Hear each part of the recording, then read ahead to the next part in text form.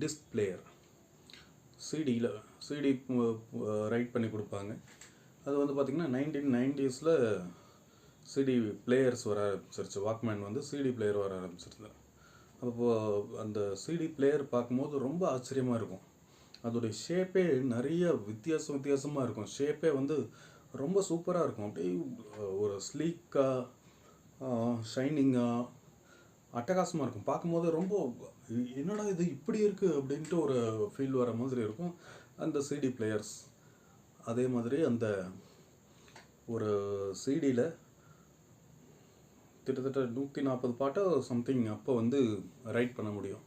சிடியோடைய capacity வந்து கம்மி தான். அப்போது டிவிடி வரல. டிவிடி அதுக்கு அடுத்தது தான் டிவிடி வந்தது.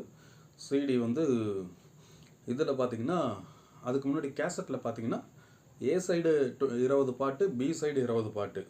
இது வந்து